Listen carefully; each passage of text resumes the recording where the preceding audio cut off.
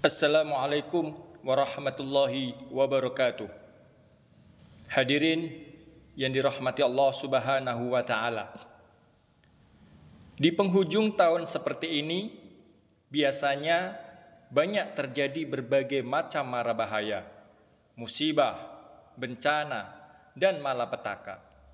Maka kita berharap sekaligus berdoa dan memohon kepada Allah Subhanahu wa taala agar Allah melindungi, menjauhkan dan menyelamatkan kita semua serta semua anggota keluarga kita, saudara kita tercinta dari berbagai macam mara bahaya dan musibah tersebut. Tak ada yang bisa menjamin pasti selamat dari musibah dan bencana itu kecuali dengan jaminan dari Allah Subhanahu wa taala. Karena itu, bagaimana caranya kita bisa mendapatkan proteksi, penjagaan dan perlindungan dari Allah? Firman Allah cuma satu rumusnya. Apa itu? Jadilah kita pribadi-pribadi yang solih.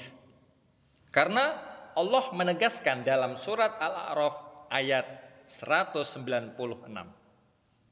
Inna waliyallahu alladzi nazzalal kitaba wa huwa yatawallas sholihin. Sesungguhnya pelindungku adalah Allah yang telah menurunkan Al-Quran dan Dia melindungi orang-orang yang solih. Kata Imam Qurtubi, berdasarkan ayat ini Allah menjaga dan melindungi orang-orang solih, bukan hanya pada diri mereka sendiri, tetapi bahkan sampai kepada anak keturunan mereka. Meskipun anak keturunan tersebut sudah jauh. Diriwayatkan Allah menjaga dan melindungi orang solih hingga keturunan kita sampai kiamat. Alhamdulillah.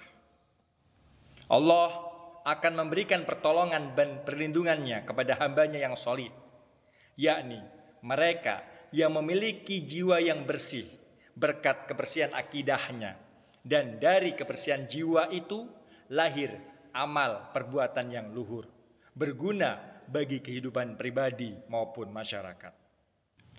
Dalam surat Al-Kahfi ayat 82, ketika Nabi Khidir memperbaiki rumah yang hampir roboh, Nabi Musa bertanya, "Mengapa kau perbaiki rumah ini? Bukankah dengan memperbaikinya kita bisa menjadikan ini sebagai pekerjaan?" Apa kata Nabi Khidir? Sebagaimana firman Allah Subhanahu wa taala, "Adapun rumah itu adalah milik dua anak yatim di kota itu, dan di bawahnya ada harta simpanan bagi mereka, dan ayah mereka adalah orang yang solih." Ibnu Katsir menjelaskan bahwa ayah yang dimaksud di sini bukanlah ayah langsung dari anak-anak yatim itu, melainkan kakek buyut mereka yang jauh di atasnya. Masya Allah.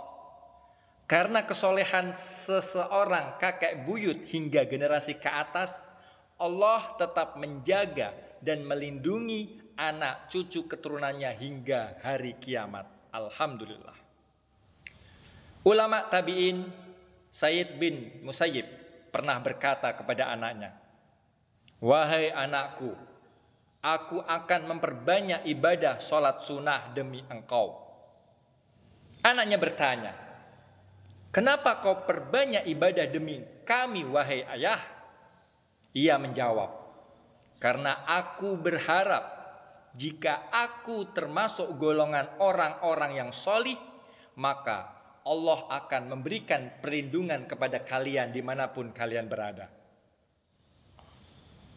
Di masa kita sekarang, fitnah semakin merajalela, baik fitnah pikiran, ideologi maupun akidah. Siapa yang bisa menjaga anak-anak kita? Siapa yang bisa menjaga keselamatan keluarga kita? Siapa yang bisa menjaga kebaikan saudara-saudara kita? Hanyalah Allah Subhanahu wa taala. yang mampu menjaga diri kita, anak-anak kita, keluarga kita, saudara kita semuanya. Maka untuk mendapatkan proteksinya, jadilah pribadi yang soleh. Sekarang sudah akhir tahun 2024. Sebentar lagi kita masuk tahun 2025. Mari perbaiki ibadah kita, sholat kita, akidah kita, agama kita, tutur kata kita, dan akhlak kita. Jadikan diri kita hamba-hamba Allah Subhanahu wa ta'ala yang solih, agar Allah memberikan perlindungan kepada kita dan keluarga kita. Ajarkan pula kepada anak-anak kita ibadah, sholat, membaca Al-Quran, dan kebaikan lainnya. Jika kita tidak mampu mengajarkan sendiri, antarkan mereka kepada guru yang bisa mengajarinya. Dengan begitu, kita tidak hanya mendapatkan kebaikan di dunia, tetapi juga di akhirat. Ya Allah, kami adalah hamba-Mu yang banyak dosa, banyak salah, dan banyak khilaf. Tapi kami mohon, jangan Kau kirimkan musibah, bencana, dan malapetaka sebagai hukuman atas dosa-dosa yang kami lakukan. Kami tak sanggup menanggungnya. Ya Rahman, tegur kami yang salah, tegur kami yang khilaf, agar kami selalu kembali kepadamu. Terimalah taubat kami, ampunilah segala dosa dan khilaf kami. Jangan tolak amal ibadah kami yang sedikit, meski penuh kekurangan, karena itu adalah bekal kami menghadap-Mu. Lipat gandakanlah pahala kami, berkahilah pekerjaan kami, harta kami, rumah tangga kami, dan usia kami. Jangan Kau kirimkan malaikat maut menjemput kami, kecuali dalam keadaan beriman dan bertakwa kepadamu.